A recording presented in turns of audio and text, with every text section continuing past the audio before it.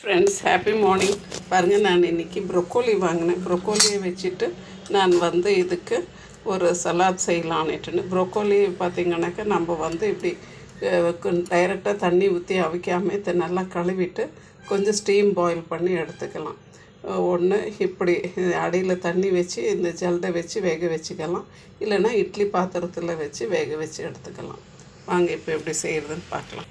இப்போ பாருங்கள் ஃப்ரெண்ட்ஸ், நான் அந்த ப்ரொக்கோலியை நல்லா பொடியை கட் பண்ணி தயிரோடு சேர்த்துட்டு அதுக்கு ஒரு தாளிப்பு கொடுத்துருக்கேன்.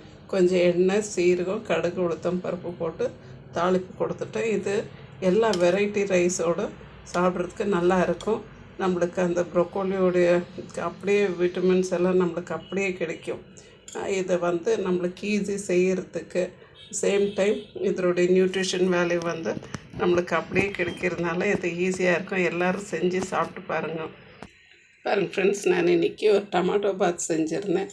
அந்த பாத்தோட இந்த ப்ரொக்கோலி ரொம்ப சூப்பராகவே இருக்கும். நம்ம சாதாரணமாக தயிர் பச்சடி, வெங்காயம்லாம் போட்டு செய்கிறது ஒரு டிஃப்ரெண்ட்டாக இந்த ப்ரொக்கோலி உங்களுக்கு டேஸ்டியாகவும் இருக்கும், ஹெல்த்தியாகவும் இருக்கும்.